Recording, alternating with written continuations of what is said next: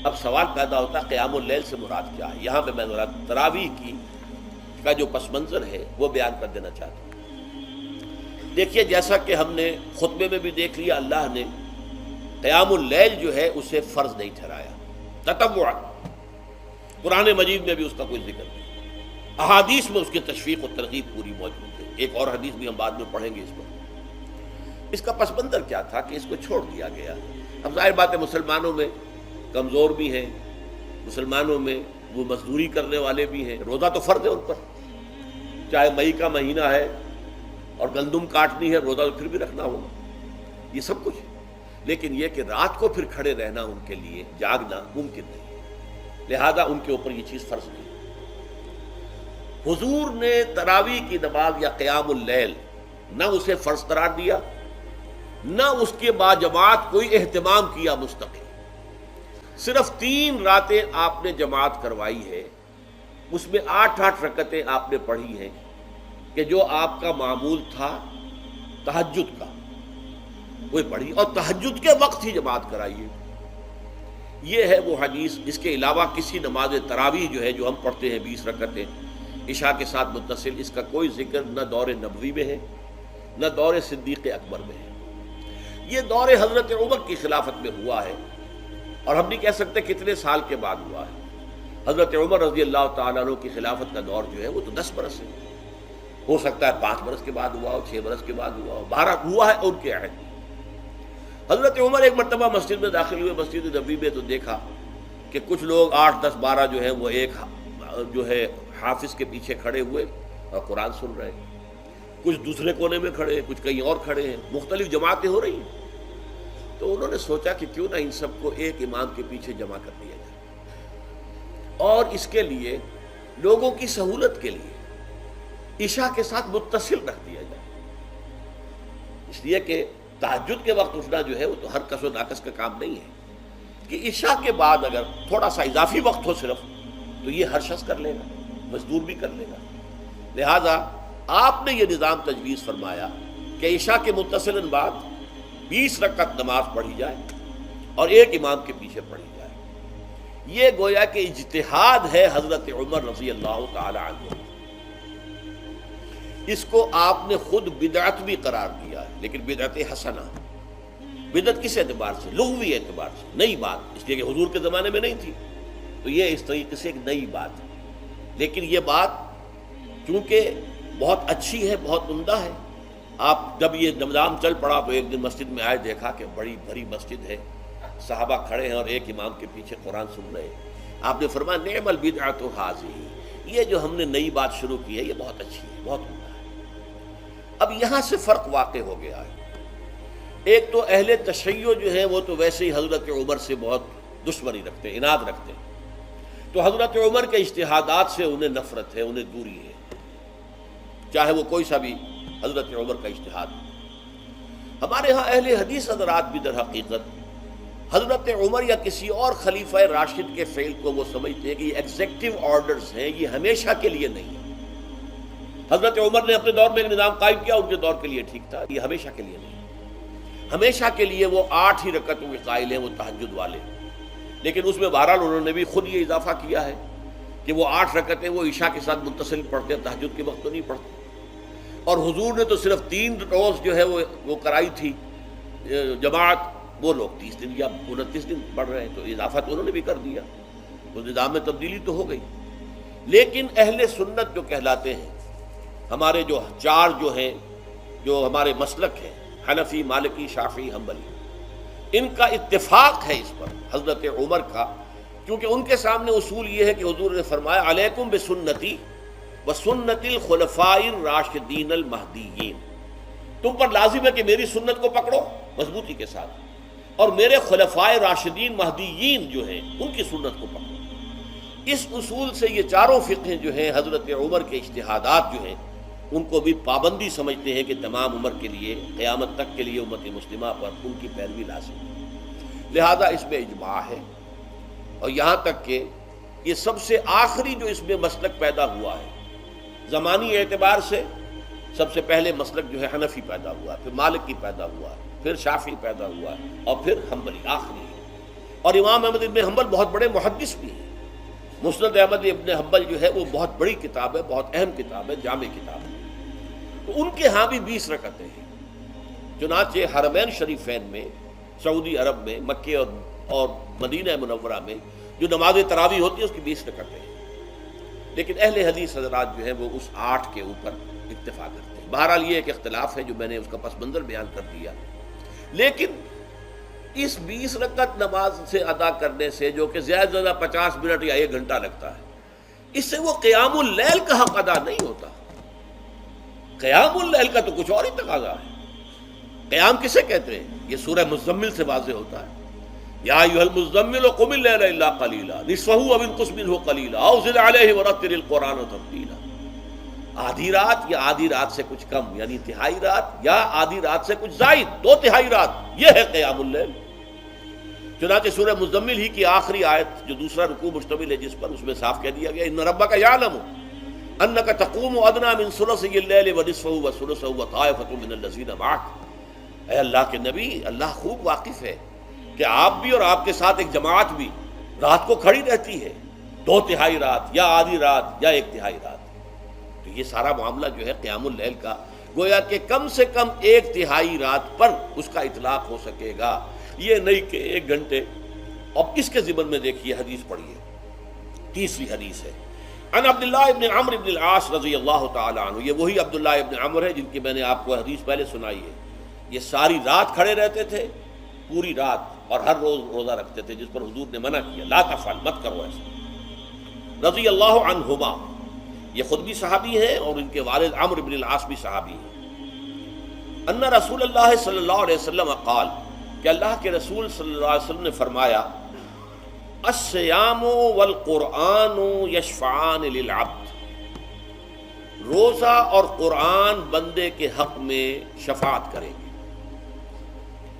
یقول الصیام، روزہ یہ عرض کرے گا اللہ کی جناب میں، اے رب پروردگار، انی منعتہ الطعام والشہوات بالنہار، میں نے تیرے اس بندے کو دن کے دوران کھانے پینے سے اور اپنی شہوت کا تقاضا پورا کرنے سے روکے رکھا، یہ میری وجہ سے روکا رہا، تو میری شفاعت اس کے حق میں قبول فرما. فشفعنی فیہ، میری شفاعت اس کے حق میں قبول فرما. ویقول القرآن، قرآن کیا کہے گا؟ منعتہ النوم باللیل، میں نے اسے رات کے وقت سونے سے، نیند سے روکے رکھا. فشفعنی فیہ، تو اس کے حق میں میری شفاعت قبول فرما.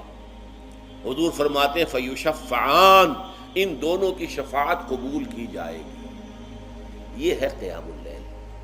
یہ قیام اللیل صرف تراویح کی نماز سے جو پڑھ لی جاتی ہے، اور ہمارے ہاں تو یہ ہے، وہاں کم سے کم یہ تو تھا، صحابہ کرام کھڑے ہوتے تھے تو جو قاری پڑھ رہا ہوتا تھا وہ ان کے دل میں اترتا جاتا تھا، اس کا مضمون اور مفہوم جو ہے ان کو معلوم ہے، لہذا وہ اس کی زبان سے نکلا ہوا ہر لفظ ان کے قلب کی گہرائیوں تک اتر رہا ہے. یہاں تو یہ ہے پیرٹ لائک حافظ ہے، اسے خود پتہ نہیں میں کیا پڑھ رہا ہوں. اکثر حفاظ جو ہیں وہ عالم تو نہیں ہوتے، اور جو سن رہے ہیں انہیں کچھ پتہ نہیں ہم نے کیا سنا ہے. تو ٹھیک ہے، کم سے کم ثواب تو انہیں ملے گا کہ انہوں نے وقت نکالا ہے. 1 گھنٹہ ہی اضافی صحیح، لیکن بہرحال اس کا وقت تو انہوں نے نکالا ہے، محنت کی ہے، کھڑے رہے ہیں، ثواب ملے گا. لیکن جو مقصد ہے وہ حاصل نہیں ہوتا. اس مقصد کے حصول کے لیے اول تو قیام اللیل کی کم سے کم مدت 1/3. اگر کوئی شخص فرض کیجئے کہ اس کے ہاں کوئی اور انتظام نہیں ہے، جیسا کہ ہمارے ہاں ہم نے انتظام کیا ہے بڑے بڑے شہروں میں دورہ ترجمہ قرآن، اس میں ہمیں 5 گھنٹے لگ جاتے، نصف شب کے قریب تری جو ہے معاملہ ہو جاتا. اس میں کیا ہوتا ہے کہ ہر 4 رکعت سے پہلے جو اس کے اندر پڑھا جانا ہے حصہ قرآن کا، اس کا پہلے ہم مطالعہ کرتے ہیں بیٹھ کر، ترجمہ اور کچھ موٹے موٹے نکات کی جو ہے وضاحت. پھر کھڑے ہو گئے اور قاری صاحب کے پیچھے 4 رکعتوں کے اندر وہ 4 رکوع یا جتنے بھی ہیں پڑھ لیے، سن لیے. پھر بیٹھ گئے 4 کے بعد پھر اگلی 4 رکعتوں کے اندر جو کچھ پڑھا جانے والا ہے اس کا ترجمہ، اس کی تفہیم ہو گئی، پھر کھڑے ہو گئے، پھر سن لیا. اس طریقے سے 5-6 گھنٹے میں تراویح ختم ہوئی. تو تراویح بھی ہو گئی، حضرت عمر کے اجتہاد پر عمل بھی ہو گیا، 20 تراویح ہو گئی. لیکن یہ ہے کہ اس کے ساتھ جو اصل غرض و غایت ہے قیام اللیل کی، وہ بھی حاصل ہے. یہ ہم نے 17 سال پہلے شروع کیا تھا یا 18 سال پہلے، اور وہ انشاءاللہ اللہ کے فضل و کرم سے اب چل رہا ہے. بڑے بڑے شہروں میں ہو رہا ہے، لاہور میں جن مقامات پر ہو رہا ہے وہ تازہ جو ندائے خلافت ہے اس کے اندر آپ اس کی فہرست دیکھ لیں، کراچی میں تو اس سے غالباً 3 گنا مقامات کے اوپر وہ کام ہو رہا ہے، اور دوسرے شہروں میں بھی ہو رہا ہے۔ تو اس سے در حقیقت وہ غرض و غایت، وہ حکمت جو ہے پوری ہوتی ہے کہ یہ دونوں چیزیں پیرلل ہیں۔ من صام رمضان ایمانا واحتسابا غفر له ما تقدم من ذنبه ومن قام رمضان ایمانا واحتسابا غفر له ما تقدم من ذنبه۔ تو صیام اور قیام جو ہے ان دونوں کا حق ادا ہو جاتا ہے۔ تو یہ ہے شہر رمضان الذی انزل فیہ القرآن ھدی للناس وبینات من الھدی والفرقان فمن شہد منکم الشہر فلیصم ومن کان مریضا او علی سفر فعدۃ من ایام اخر یرید اللہ بکم الیسر ولا یرید بکم العسر ولتکملوا العدۃ ولتکبروا اللہ علی ما ھداکم ولعلکم تشکرون۔ اب جو آخری لفظ ہے لعلکم تشکرون، اب اس کی وضاحت سمجھیے۔ اور رمضان کے یہ 2 پروگرام جب پیرلل ہو جائیں گے، جب دونوں کی پابندی کی جائے گی، تو اس کا حاصل کیا ہے؟ اس بات کو سمجھنے کے لیے سب سے پہلے آپ اس کو سمجھیے کہ جسے ہم خود ہی کہہ رہے تھے، جسے ہم سیلف کہہ رہے تھے، اپنی انا کو مضبوط کرنا، سیلف کنٹرول، ایگو جو ہے وہ پوری طرح قابو یافتہ ہو اڈ اور لیبیڈو پر، اصل میں اس سے مراد کیا ہے؟ اس پر میں نے تفصیل سے بحث کی ہے عظمت صوم نامی اپنے کتابچے میں۔ ویسے یہ ہے کہ وہ مشکل ہے، ذرا فلسفیانہ اس کا انداز ہے، لیکن یہ ہے کہ وہی باتیں آسان الفاظ میں، دوسرا کتاب چاہے عظمت سیام و قیام رمضان مبارک، وہ آسان ہے، اگرچہ یہ دونوں بہت ہی محدود تعداد میں ہمارے پاس ہیں، لیکن یہ کہ میں نے ذکر کر دیا، جو حضرات لینا چاہیں وہ لے لیں۔ لیکن یہ ہے کہ اس میں اصل پس منظر کیا ہے؟ دیکھیے، ہمارا جو وجود ہے انسان کا، یہ کمپوزٹ ہے، مرکب ہے۔ ہمارے 2 وجود ہیں جو جوڑ دیے گئے، کیسے جوڑ دیے گئے ہم نہیں جانتے، لیکن ہے 2 وجود۔ ایک وجود حیوانی ہے، میں نے عرض کیا تھا پہلے ہی، ہر انسان ایک حیوان بھی ہے مکمل، سارے حیوانی تقاضے ہمارے اندر بھی ہیں، لیکن حیوان اور انسان میں بنیادی فرق یہ ہے کہ انسان کا جو اصل وجود ہے وہ روحانی ہے۔ اس روحانی وجود کی وجہ سے انسان کا وہ مقام ہوا کہ تمام فرشتوں کو اس کو سجدہ کرنے کا حکم دیا گیا۔ فَإِذَا سَوَّيْتُهُ وَنَفَخْتُ فِيهِ مِن رُوحِي فَقَعُوا لَهُ سَاجِدِينَ۔ فرشتوں سے کہہ دیا گیا تھا کہ میں ایک بشر پیدا کرنے والا ہوں مٹی سے، جب میں اسے پیدا کر لوں اور اس کی ناک پلک سنوار دوں، 2 پلک درست کر دوں، تو پھر اس کے سامنے اور اس میں اپنی روح میں سے پھونک دوں تو گر پڑنا اس کے سامنے سجدے۔ حیوان انسان اور انسان روحانی، یہ دونوں مل کر اب آدم بنے ہیں۔ نمبر 2، اس حیوان انسان کا وجود زمین سے ہے، مٹی سے پیدا کی، مٹی سے، گارے سے، طین لازب سے، چپچکانے والے گارے سے، وہ جس میں کہ بدبو پیدا ہو جائے، یہ ساری باتیں کہی گئی ہیں، اور سائنس بھی کہتی ہے مٹی سے پیدا ہوئے۔ کیسے پیدا ہوئے اس میں اختلاف ہے، لیکن یہ کہ ہے مٹی ہماری اوریجن، قرآن بھی کہتا ہے اور سائنس بھی کہتی ہے۔ اور ہمارے وجود کو جب وہ تھک جائے، مزمحل ہو جائے، اس کی انرجی کم ہو جائے، تو اس کے لیے جو غذا ہے، جو تقویت ہے، وہ بھی ساری زمین سے آ رہی ہے۔ آپ نے پھل کھائے، آپ نے گندم کھائی، آپ نے چاول کہاں سے آ رہے ہیں؟ اچھا، بکری کا گوشت کھایا تو بکری کا گوشت کس چیز سے بنا ہے؟ اس نے گھاس کھائی ہے، اس نے پتے کھائے ہیں، وہیں سے تو بنا ہے نا۔ الٹیمیٹ سورس آپ کے وجود حیوانی کے لیے جو آ رہی ہے وہ زمین ہے۔ وجود روحانی کو بھی تقویت کی ضرورت ہے، وہ بھی مزمحل ہوتی ہے، کمزور ہو جاتی ہے، خاص طور پر جب کہ وجود حیوانی کا اس پر غلبہ ہو جائے، تب تو یوں سمجھیے کہ وہ بالکل بے ہوش ہو کر موت کے قریب پہنچ جاتی ہے۔ اس کی تقویت، اس کی غذا وہیں سے آئی ہے جہاں سے روح آئی ہے، وہ کلام ربانی ہے، روح ربانی۔ نفخت فیہ من روحی، من روحی، من روحی، میں پھونک دوں اس میں اپنی روح میں سے۔ روح کا تعلق ذات باری تعالیٰ کے ساتھ ہے۔ اسی طرح کلام ربانی کہاں سے آیا ہے؟ اللہ تعالیٰ کے پاس سے آیا ہے، یہ اس کی تقویت کا ذریعہ ہے۔ اب عام حالات میں کیا ہوتا ہے؟ ہمارا یہ وجود حیوانی چھایا ہوا ہے ہمارے وجود کے اوپر، بیچاری روح جو ہے دبی رہتی ہے، پسی رہتی ہے۔ اگر خدا نے خواستہ ہم گناہ گار بھی ہیں، گناہ پر گناہ کا ارتکاب کر رہے ہیں، تو وہ روح جو ہے وہ قلب کے آئینے شیشے کے اندر ہے، فیہا مصباح المصباح فی زجاجہ الزجاجۃ کأنہا کوکب دری، قلب جو ہے شیشے کے مانند ہے جس کے اندر روح کا چراغ جل رہا ہے۔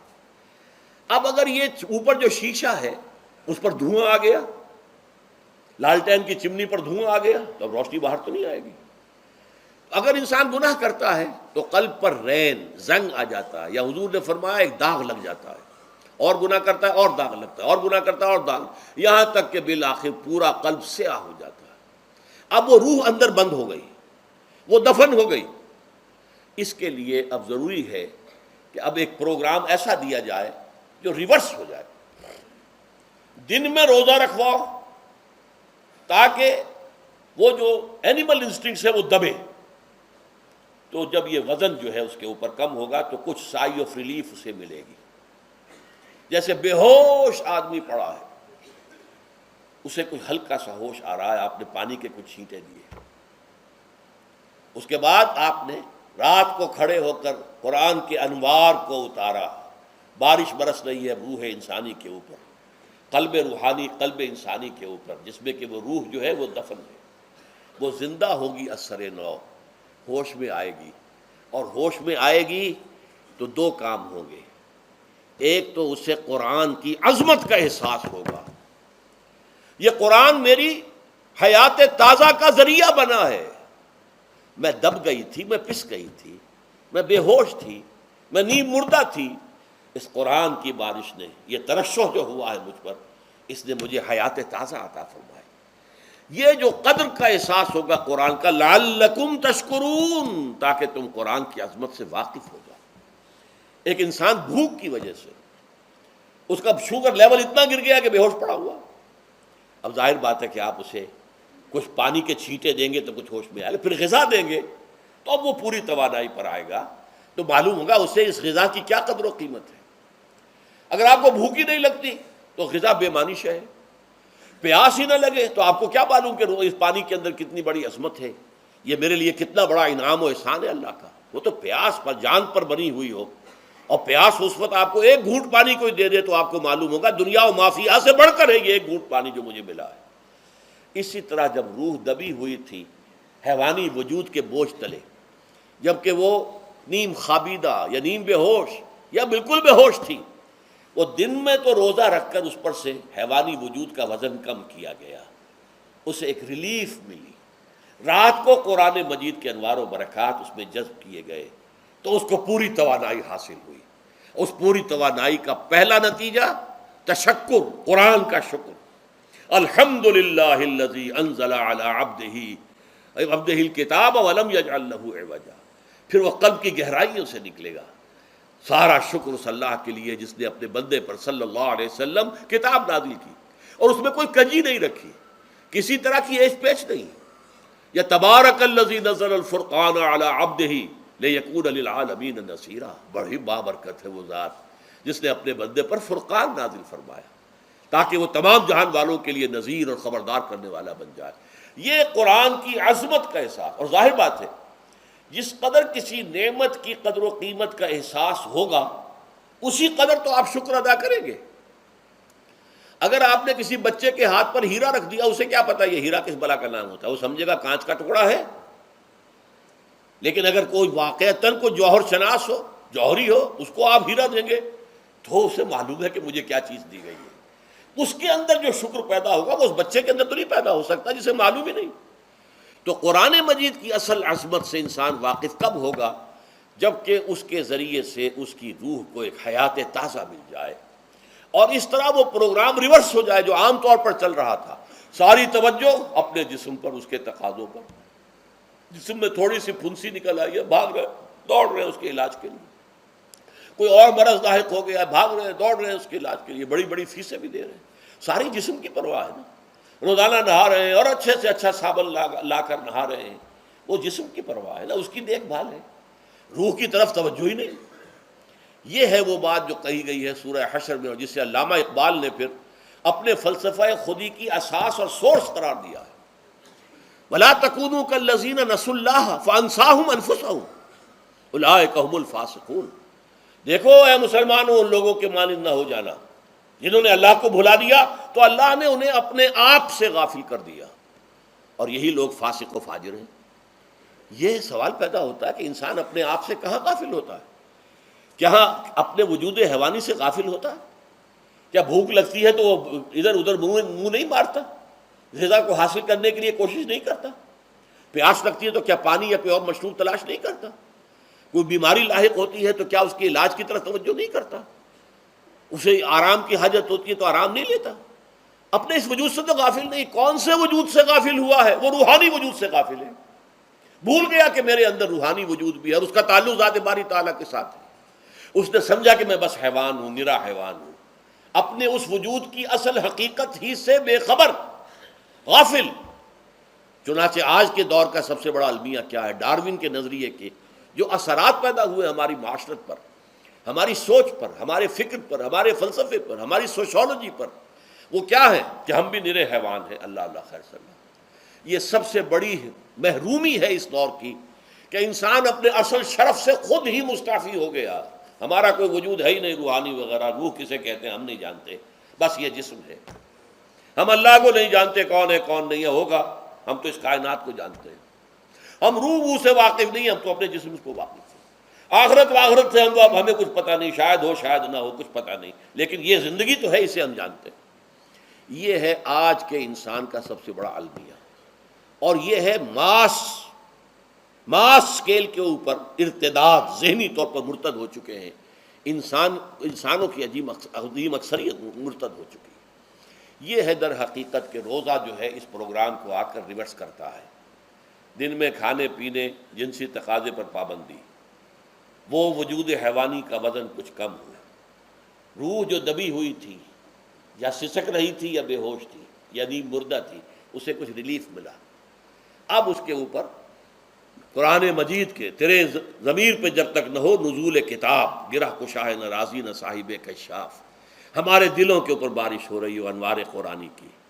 وہ ظاہر بات ہے کہ بغیر سمجھے تو نہیں ہوگی بارش، وہ تو آپ کچھ سمجھ رہے ہوں گے تو بارش ہوگی، ورنہ تو یہ ہے کہ ٹھیک ہے، میں پہلے بھی عرض کر چکا ہوں، آپ کو ثواب تو ملے گا، لیکن یہ ہے کہ وہ اصل مقصد قرآن کی عظمت کا قلب کی گہرائیوں سے اعتراف جو ہے، اور اس پر اللہ کا شکر تو ادا ہوگا، لعلکم تشکرون، جبکہ قرآن مجید جو ہے آپ کے قلب کے اوپر نازل ہے، اس کا مفہوم نازل ہے۔ اچھا، اس کا دوسرا نتیجہ کیا نکلتا ہے؟ جب وہ روح جو ہے وہ ہوش میں آئے گی، اس کو حیات تازہ مل گئی، وہ اپنے اصل مرکز اور منبع اور سرچشمہ کی طرف جو ہے متوجہ ہوگی۔ عربی زبان کا ایک مقولہ ہے، کل شیء یرجع الی اصلہ، ہر شے اپنی اصل جڑ کی طرف جو ہے لوٹتی ہے۔ ہمارا وجود حیوانی زمین سے زمینی کی طرف لوٹتا ہے، یعنی مرنے کے بعد زمینی میں چلا جائے گا۔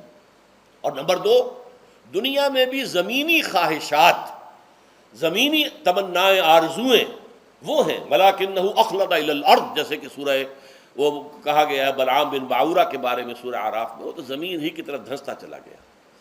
ہماری روح کا منبع اور سرچشمہ ذات باری تعالیٰ ہے، وہ امر رب ہے، لہذا فوراً انسان اپنے رب کی طرف متوجہ ہوتا ہے۔ یہ اللہ کی طرف متوجہ ہو جانا اور پھر اس سے ہم کلام ہونا اور اس سے دعا کرنا، یہ ہے روزے کا اصل مقصد۔ جب سیام اور قیام رمضان مبارک کا دوہرا پروگرام ہوگا تو روح انسانی یا انسان کا حیوانی وجود اپنے مرکز کی طرف مائل پرواز تھا، حسن، اس کو کہہ لیجئے اپنے مرکز کی طرف مائل پرواز ہے۔ روح ہر شے اپنے اصل کی طرف لوٹتی ہے، لہذا یہ اللہ کی طرف متوجہ ہوگی۔ یہ اللہ تعالیٰ کی طرف متوجہ ہونے کا معاملہ دنیا میں رہا ہے کہ لوگ کہیں جنگلوں میں جا کر تپسیائیں کر کے، غاروں میں بیٹھ کے، بڑی بڑی ریاضتیں کر کے کیا چاہتے تھے؟ مجھ کو ہے تیری جستجو، مجھ کو تیری تلاش ہے، خالق میرے کہاں ہے تو، مجھ کو تیری تلاش ہے۔ میں نے یہ نظم جو ہے تقریباً 6 سال جو ہے ہر روز صبح، ہمارا جو ہائی اسکول تھا اس میں جو صبح پریئر ہوتی تھی، لوگ سب جمع ہوتے تھے، پورا اسکول جو ہے اس کے ہمارے طلباء، تو یہ نظم جو ہے پڑھی جاتی تھی، مجھ کو ہے تیری جستجو، مجھ کو تیری تلاش ہے، خالق میرے کہاں ہے تو، مجھ کو تیری تلاش ہے۔ روح انسانی چاہتی ہے اللہ کا تقرب، اللہ کے قریب ہونا، اللہ سے رشتہ استوار کرنا۔ یہ وجود حیوانی حائل ہے اس کے راستے میں، یہ حیات دنیاوی اس کے لیے پنجرا بن گئی ہے، اس روح کے لیے یہ ایک در حقیقت ایک قید خانہ ہے۔ جیسے کہ حضور نے فرمایا کہ دنیا سجن المومن و جنت الکافر، مومن کے حق میں یہ دنیا قید خانہ ہے، اس کی روح جو ہے یہاں آ کر اس جسد حیوانی کے اندر جو ہے وہ دفن ہو گئی ہے، قید خانہ ہے، اس پنجرے میں بند ہو گئی۔ تو لیکن وہ کافر کے لیے یہی باغ و بہار ہے، یہیں پر عیش کرنے ہیں، یہیں پر مزے لوٹنے ہیں۔ تو اس سے در حقیقت ریلیف ملتا ہے، تو انسان متوجہ ہوتا ہے اللہ کی طرف اور دعا کرتا ہے، اللہ سے ہم کلام ہوتا ہے۔ یہ ہے در حقیقت روزے اور رمضان کا جو دوسرا نتیجہ نکلتا ہے اور بلند ترین نتیجہ ہے، اس کا ذکر ہے آیت نمبر 4 میں۔ اور یہ کہ بہت سے لوگ ایسے ہیں جو قرآن مجید میں نظم کے بہت قائل ہیں، لیکن میں حیران ہوں کہ اس نظم کے اندر اس کے ربط اور رشتے کو وہ تلاش کرنے سے قاصر رہے۔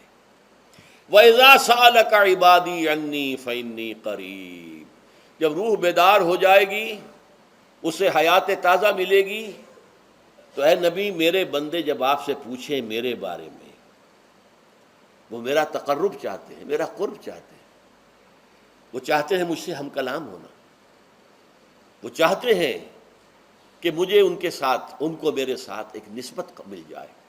وَإِذَا سَأَلَكَ عِبَادِي عَنِّي فَإِنِّي قَرِيبٌ، انہیں بتا دیجیے میں قریب ہی ہوں، میں دور نہیں ہوں۔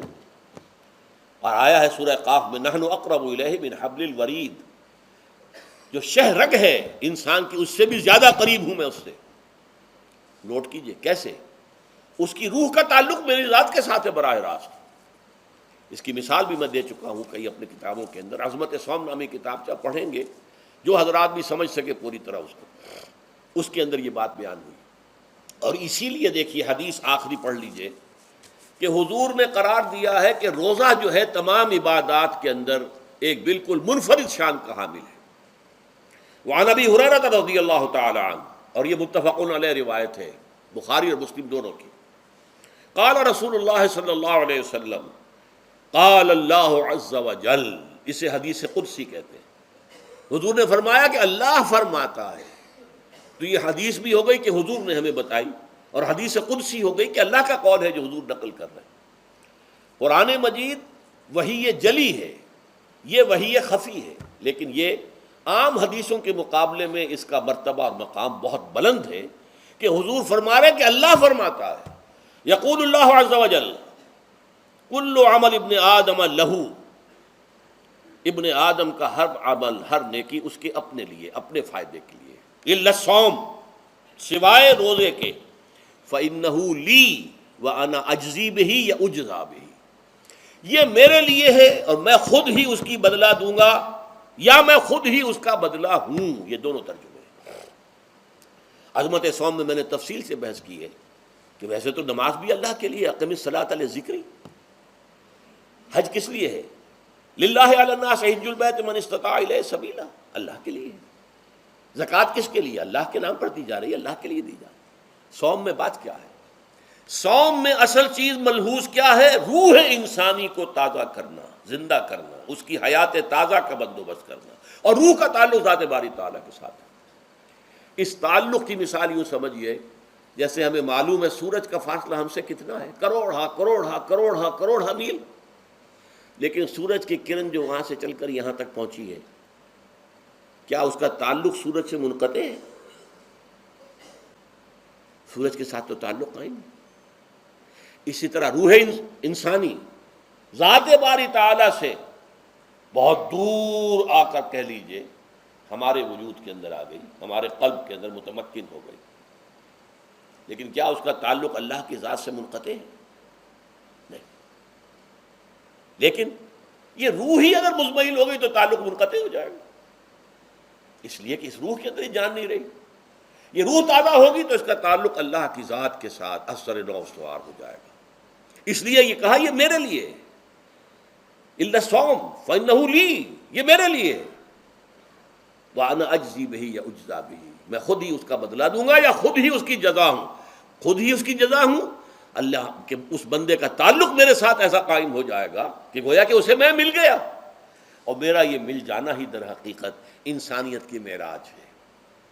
اور دعا کے بارے میں جان لیجئے کہ حضور نے فرمایا الدعاء مخ العبادہ، دعا جو ہے عبادت کا اصل جوہر ہے، لب لباب ہے۔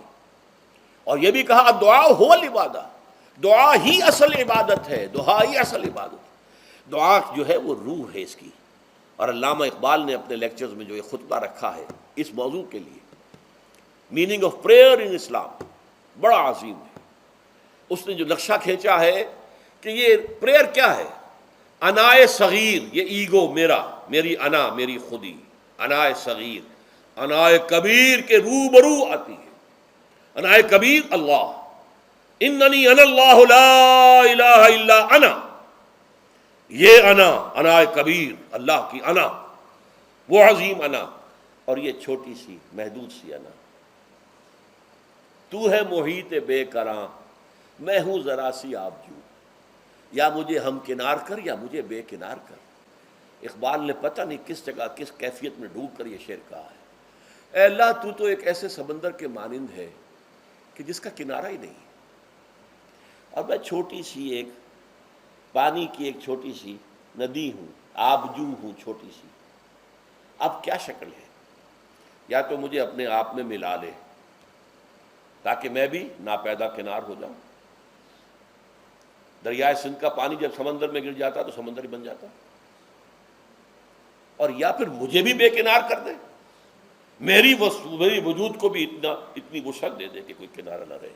اب یہ کیا اس نے سمجھا، کیا کہا، لیکن میں نے وہی انائے کبیر انائے صغیر۔ ایک ہے نماز ہم پڑھ لیتے ہیں، آپ نے سارا پڑھ لیا، سارا تعدیل ارکان بھی کر لی، لیکن اگر آپ کا اللہ کے ساتھ ڈائریکٹ کمیونین اور ڈائریکٹ کمیونیکیشن قائم نہیں ہوا تو نماز، جس کو کہ کہا گیا کہ الصلاۃ معراج المومنین، جو قرب حضور کو حاصل ہوا معراج میں، وہ ایک بندہ مومن دنیا میں رہتے ہوئے حاصل کر سکتا ہے نماز میں، اگر اس کی روح جو ہے واقعتاً ہم کا نام ہو رہی ہو الحمدللہ رب العالمین الرحمن الرحیم مالک یوم الدین اہدنا الصراط المستقیم ایاک نعبد و اگر ہم واقعتاً ایسے کہہ رہے ہوں کہ ہمیں احساس ہو کہ ہم اللہ کے حضور میں حاضر ہیں اور عرض کر رہے ہیں، سجدہ کریں تو حدیث میں آتا ہے کہ ایسے محسوس ہو کہ گویا کہ میں نے اپنا سر اللہ کے قدموں میں رکھ دیا ہے۔ یہ ہے نماز۔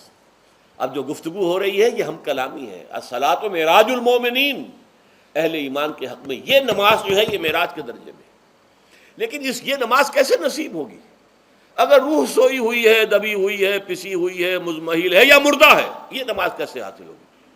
چاہے آپ پانچوں وقت کی نماز پڑھ رہے ہوں، چاہے آپ نے ہیبٹ بنا لیا ہو نماز کو، چاہے خوش بھی ہو گیا ہو، لیکن یہ کہ جب تک وہ روح بیدار نہ ہو، جب تک ہم کلامی نہ ہو، افلاق سے آتا ہے نالوں کا جواب آخر، اٹھتے ہیں حجاب آخر، کرتے ہیں خطاب آخر، جب تک یہ نہ ہو۔ جیسے کہ میں ایک حدیث قدسی انشاءاللہ آج سناؤں گا سورہ فاتحہ کے ضمن میں، کہ اللہ تعالیٰ کے سامنے جب کھڑا ہو کر انسان جب کہتا انی وجہت وجہی للذی فطر السماوات والارض حنیفا، دائیں بائیں سے بالکل اپنا تعلق کاٹ کر میں نے اپنا رخ کر لیا ہے اس اللہ کی طرف جس نے آسمانوں اور زمین کو پیدا کیا۔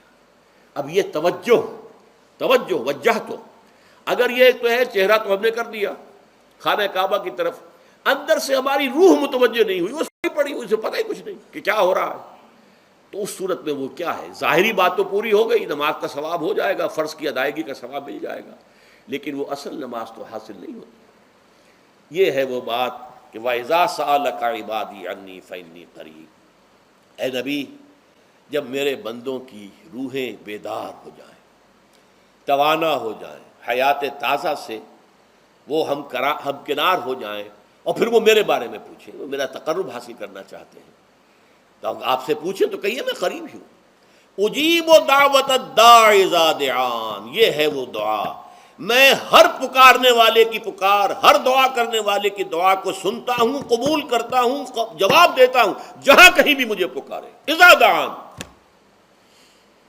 اس میں در حقیقت وہ مفہوم آ گیا ہے there and then wherever، آپ اپنے گھر میں ہو کر پکاریں اللہ کو، آپ بستر پر لیٹے ہوئے پکاریں اللہ کو، الذین یذکرون اللہ قیاما وقعودا وعلی جنوبہم. ہاں ٹھیک ہے، بعض مقامات بعض اوقات قبول دعا کے لیے زیادہ سازگار ہیں، حرم میں جا کر دعا مانگی جائے، اور منا میں عرفات میں خاص طور پر، جبل رحمت پر خاص طور پر، ملتزم جو ہے کعبے کا اس پر خاص طور پر، وہ ایام بھی ہیں خاص. لیکن یہ نہیں ہے کہ بقیہ دنوں میں آپ کے اور اللہ کے درمیان کو بڑا فاصلہ ہے.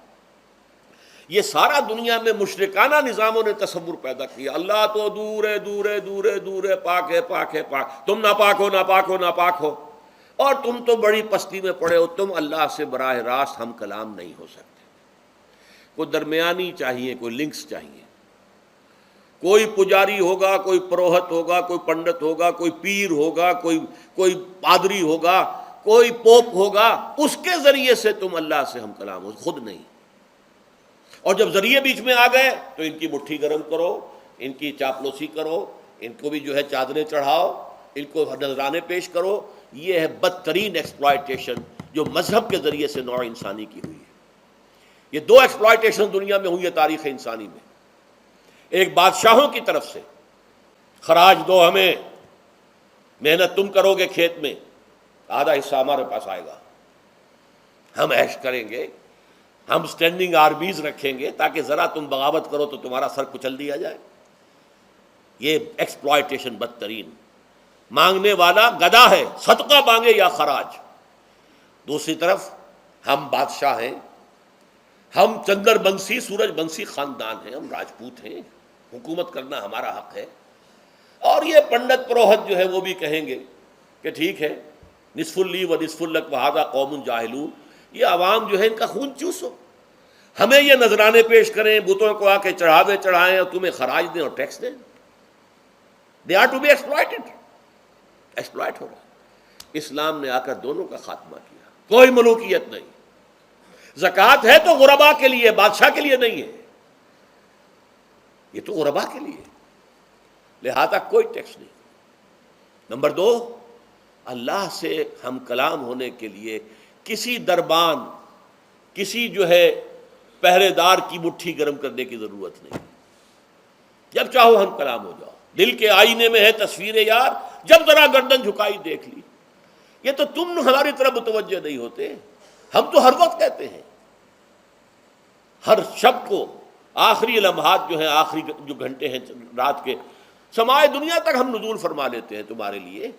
اور پکارنے والا پکارتا ہے، حل من مستغفر فاغفر له، ہے کوئی استغفار کرنے والا کہ میں اسے بخش دوں؟ حل من سائل فاعطیہ، ہے کوئی مانگنے والا کہ میں اسے عطا کروں؟ تم ہی سوئے رہتے ہو، انٹا غفیر رہتے ہو، تمہیں ہماری طرف توجہ نہیں ہے. اگر ہماری طرف متوجہ ہو جاؤ تو جیسے کہ اقبال نے کہا کہ میرے لیے یہ دربان جو ہے، پیران کلیسا کو کلیسا سے اٹھا دو، کیوں خالق و مخلوق میں حائل رہے پردے. اور یہ میں نے کئی مرتبہ بیان کیا ہے، ہمارے ہاں وہ پی جو جماعت بنی تھی ایک، اب اس میں 2 پییں اور ایڈ ہو گئی ہیں، پی پھر وہ پیٹریٹ، اور اس سے آئے اپنے پہلے پارلیمنٹیرین کی پی آ گئی اور پھر پیٹریٹ کی آ گئی، 5 پیز ہو گئی. اسی طرح گنتی ہے ہندوستان میں، پنڈت پروہت اور پجاری، 3 پے تو یہاں تھی، پیر ایران کا پیر، اور پوپ اور پادری، یہ سب پے سے شروع ہوتے ہیں الفاظ. اور یہ سب در حقیقت جو ہے شروع ہونے والے الفاظ، یہ در حقیقت انسانوں کی بدترین ایکسپلائٹیشن کا ذریعہ ہے. وَإِذَا سَأَلَكَ عِبَادِي عَنِّي فَإِنِّي قَرِيبٌ أُجِيبُ دَعْوَةَ الدَّاعِ إِذَا دَعَانِ فَلْيَسْتَجِيبُوا لِي. ہاں ایک تقاضا ہے، لیکن اس سے پہلے یہ بات سمجھ لیجئے، میں اس آیت کو میگنا کارٹا جسے کہا جاتا ہے حقوق انسانی کا سب سے بڑا چارٹر، میں اس سے کہیں بڑا چارٹر قرار دیتا ہوں کہ اللہ کہتا ہے مجھ سے ہم کلام ہونے کے لیے کسی واسطے کی، کسی وسیلے کی کوئی حاجت نہیں، جب چاہو مجھ سے ہم کلام ہو جائے. ہاں ایک شرط ہے، فَلْيَسْتَجِيبُوا لِي، چاہیے کہ وہ میری بات بھی قبول کریں، میرے احکام کو تسلیم کریں، میرے فرامین کان سے کھول کر سنیں، ان پر دل سے عمل کریں. فَلْيَسْتَجِيبُوا لِي، یہ ون وے ٹریفک نہیں ہوگا کہ ہم تمہاری دعائیں قبول کریں اور تم ہماری باتوں سے پہلو تو ہی کرو، سنی انسنی کر دو، یہ نہیں ہوگا. یہ ایک ٹو وے تعلق ہے، جسے آج کل کہا جاتا ہے بائی لیٹرل تعلق ہے۔ بائی لیٹرل تعلق ہے اللہ اور بندے کے درمیان۔ بندہ توبہ کرتا ہے معاصی سے، اللہ تعالیٰ بھی اس کے لیے بھی لفظ تواب ہے، وہ بھی اپنی رحمت کے ساتھ دوبارہ متوجہ ہو جاتا ہے۔ تم اللہ کو یاد کرو، فاذکرونی اذکرکم، مجھے یاد رکھو میں تمہیں یاد رکھوں گا۔ ان تنصروا اللہ ینصرکم، اگر تم اللہ کی مدد کرو گے اللہ تمہاری مدد کرے گا۔ یہ ہے دو طرفہ معاملہ۔ اسی طریقے سے تم چاہتے ہو کہ میں تمہاری دعائیں قبول کروں، اجیب دعوت الداعی اذا دعان، میں ہر پکارنے والے کی پکار کو سنتا ہوں جب اور جہاں، ویئر اینڈ وین وہ مجھے پکارے، لیکن لازم ہے فلیستجیبوا لی، وہ بھی میرا کہنا مانے، میرے فرامین کو کھلے کانوں سنے اور تہہ دل سے اس پر عمل کرے، ولیؤمنوا بی، اور مجھ پر ایمان پختہ رکھے، یقین اس کے ساتھ مجھے پکارے۔ لعلہم یرشدون، اب یہ سب سے بڑا لفظ آ گیا، تاکہ انہیں رشد حاصل ہو جائے۔ رشد، فوز، فلاح، رشد، یہ کئی الفاظ ہیں، فوز فائز، فلاح مفلحون، رشد راشدون، اور یہ لفظ استعمال ہوا صحابہ کرام کے لیے سورہ حجرات میں، اولئک ھم الراشدون۔ تو گویا کہ یہ بلند ترین منزل ہے انسان کے لیے، اگر اس کا یہ تعلق اللہ کے ساتھ قائم ہو جائے، دعا کا ہم کلام ہونے کا رشتہ اس کا قبول ہو، مجھ مل جائے۔ اب آخری بات نوٹ کیجئے، آخری آیت جو ہے اس رکوع کی، بظاہر اس کا تعلق نہ روزے سے نہ رمضان سے، اکل حلال، اکل حرام سے روکا گیا ہے۔ وَلَا تَأْكُلُوا أَمْوَالَكُمْ بَيْنَكُمْ بِالْبَاطِلِ، اور دیکھو اپنے مال آپس میں باطل طریقوں سے مت کھاؤ۔ وَتُدْلُوا بِهَا إِلَى الْحُكَّامِ، اور نہ ہی اپنے مالوں کے ذریعے سے حکام تک پہنچو۔ لِتَأْكُلُوا فَرِيقًا مِنْ أَمْوَالِ النَّاسِ بِالْإِثْمِ، کہ تم لوگوں میں سے کسی کا مال گناہ کے ساتھ ناجائز طور سے ہڑپ کر جاؤ، رشوت دے کر، اور اپنے حق میں کوئی غلط فیصلہ کروا لو، وَأَنْتُمْ تَعْلَمُونَ، جانتے بوجھتے یہ کام نہ کرو۔ بظاہر تو نہ روزے سے تعلق ہے نہ رمضان سے، پھر اس رکوع میں کیسے آ گئے؟ بڑا گہرا تعلق ہے، اول و آخر کا تعلق ہے۔ پہلی آیت میں مجرد رمضان روزے کی جو فضیلت بیان کی گئی تھی یا حکمت، غایت کیا تھی؟ تقویٰ۔ یہ تقویٰ کا معیار ہے۔ تقویٰ جو ہے ظواہر کی بنیاد پر نہیں ہے، اگرچہ ظاہر بات ہے کہ ظواہر بھی دین کا حصہ ہے، حضور کی وضع قطع اختیار کرنا یقیناً ایک نیکی کا کام ہے، ہر چیز میں حضور کے نقش قدم پر چلنا، لیکن یہ ظواہر پر نہیں ہے طبقہ۔ تقویٰ دل میں ہو، التقویٰ ہا ہونا، التقویٰ ہا ہونا، التقویٰ ہا، 3 مرتبہ حضور نے اپنے سینہ مبارک اور قلب مبارک کی طرف اشارہ کر کے فرمایا تقویٰ یہاں ہوتا ہے، تقویٰ یہاں، جب یہاں ہوگا تو پورے وجود میں سرایت کر جائے گا۔